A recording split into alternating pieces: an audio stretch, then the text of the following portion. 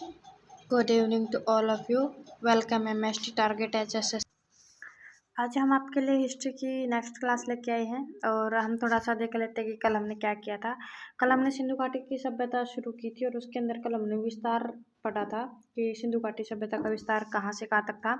तो हम थोड़ा सा देख लेते हैं। जो सिंधु घाटी सभ्यता का उत्तरी जो शहर था वो मांडा था। ये जम्मू कश्मीर में पड़ता है। पूर्वी शहर आलमगीरपुर था, यूपी में पड़ता है। और दक्षिणी शहर दायमाबाद था, महाराष्ट्र में। और पश्चिमी शहर सुतकागोडोर पड़ता है, बलूचिस्तान में, पाकिस्तान में पड़ता है। जो इसकी आकृति थी वो त्रिभुजाकार थी। इस चित्र में 1403 स्थल मिले हैं और क्षेत्रफल इसका था 12,09,99,600 किलोमीटर। अब देखते हैं इसकी व्यवस्था। इसकी व्यवस्था कैसी थी, कैसे घर थे, और जो इसकी सड़कें थी वो 90 डिग्री एंगल पर काटती थी। जो शहरी इसकी शहरी सभ्यता थी, सड़कें पक्की व चौड़ी थी, लेकिन हर जो सड़कें थी वो 90 डिग्री एंगल पर काटती थी। और जो घरों के मुख थे, दरवाजे थे, वो मेन गली की तरफ नहीं थे। जो घर थे वे पक्के थे और 2 या उससे अधिक मंजिले थे। और नालियाँ थी वे भी पक्की थी और ढकी हुई थी। जो शहर था वो 2 भागों में बटा हुआ था, एक था उच्च नगर, एक था निम्न नगर। जो उच्च नगर थे उसमें सभागार, अन्नागार, स्नानागार, राजा का निवास, दुर्ग मिले हैं। और जो निम्न नगर था उसके अंदर जनता का निवास था। उच्च नगर को सिटेल्ड भी कहा जाता है। जो इसके प्रमुख शहर थे मोहनजोदड़ो। इसकी जो खोज है 1922 में कालिदास बनर्जी ने की थी। और ये सिंधु नदी के किनारे है, जो सिंधु पाकिस्तान में है। सबसे बड़ी इमारत मिली है यहाँ से अन्नागार। सबसे बड़ा जो स्नानागार भी यहीं से मिला है। दाढ़ी मूछ वाला पुजारी की जो उसकी मूर्ति मिली है। मोहरे मिली है। त्रिमुख देवता पशुपतिनाथ की मूर्ति मिली है यहाँ से। उसके ऊपर, मोहर के ऊपर जो मूर्ति ये छपा हुआ है, जैसे छपा हुआ है देखिए, बीच में 3 जो त्रिमुख देवता है, बीच में उनकी मूर्ति है। और जो लेफ्ट साइड ऊपर की ओर हाथी की और राइट साइड गेंडे की, और उससे नीचे जो भैंस की, और राइट साइड नीचे बाघ की, और सबसे नीचे हिरण की मूर्ति है।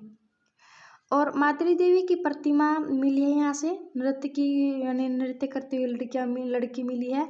और जो नृत्य करती हुई लड़की है उसके लेफ्ट हैंड में 25 चूड़ियाँ और जो राइट हैंड में 4 चूड़ियाँ मिली है। दाएं हाथ पे 4 चूड़ियाँ और लेफ्ट हैंड में 25 चूड़ियाँ मिली है। जो हड़प्पा है इसकी खोज 1921 में दयाराम साहनी ने की है। ये रावी नदी के किनारे पड़ता है, पाकिस्तान में। सबसे पहला स्थल यही खोजा गया था, हड़प्पा, जो किर्गिस्तान से RS-37 पड़ता है। चंदुडो ये सिंधु नदी के किनारे हैं, ये भी पाकिस्तान में है। मनके का कारखाना यहाँ से मिला है हमें।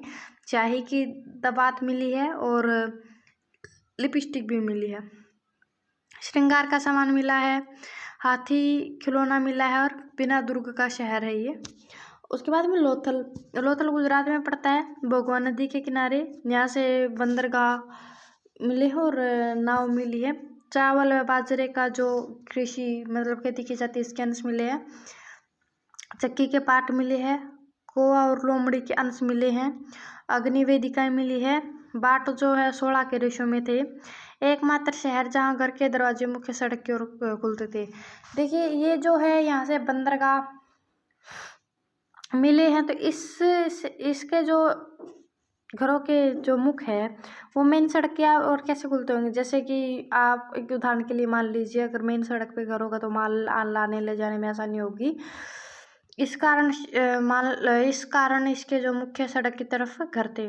उसके बाद में बनावली हरियाणा में पड़ती है, यहाँ से सरसों और तिल मिले हैं। और तीर जो है वो तांबे का मिला है। धौलावीरा जो गुजरात में पड़ता है, सबसे सुंदर स्थल है। यहाँ से स्टेडियम मिला है, सूचना पटक मिला है, इसके ऊपर 10 अक्षर है। कालीबंगा जो राजस्थान में है, जुते हुए खेत और कच्चा मकान मिला है, कच्ची सड़कें मिली है। आर्थिक जीवन जो है अधिशेष था और मुख्य कार्य जो इनका पशुपालन उद्योग था। ये कुत्ता, भैंस, बकरी, घोड़ा आदि पालते थे, इनके अंश मिले हैं। जो उद्योग है वो बर्तन, वस्त्र और औजार जो कांस्य और पत्थर के थे। देखिए यहाँ पर जो इस युग में है ना, लोहे का कोई अंश नहीं मिला है। और यहाँ पर कांस्य और पत्थर मिले हैं। जो कृषि है वह गेहूँ, जौ और चावल, कपास की करते थे ये। सिक्के नहीं मिले हैं कोई भी। ये वस्तु विनिमय प्रणाली थी, यानी वस्तु के बदले में वस्तु देना। लिपि जो भावचित्रात्मक थी, चित्र प्लस अक्षर थे। और ये लिपि ये बाएं से दाएं और दाएं से बाएं लिखी जाती थी। इसे दोहरा लेखन या बॉस्ट्रोफिडन कहा जाता है। ये अज्ञात है, बी से पढ़ा नहीं गया है। और इसका पतन कैसे हुआ? कुछ लोगों का कहना है कि जो बाढ़ आने से जो मोहनजोदड़ो मिट्टी की सात परतें, क्योंकि मोहनजोदड़ो से मिट्टी की 7 परतें मिली है, तो कुछ लोगों का कहना है कि बाढ़ के कारण जिसका पतन हुआ है। ये शहर 7 बार बसा हुआ मोहनजोदड़ो, इस कारण मोहनजोदड़ो को मृत्यु को कटिला भी कहा जाता है। कुछ इतिहासकारों का कहना है कि ये तूफान के कारण पतन हुआ इसका। प्राकृतिक आपदा या आर्यों का आगमन जो मुख्य कारण माना जाता है, आर्यों का आगमन माना जाता है। Thank you so much. अगर आपको वीडियो अच्छी लगी तो शेयर सब्सक्राइब जरूर कीजिए। Thank you.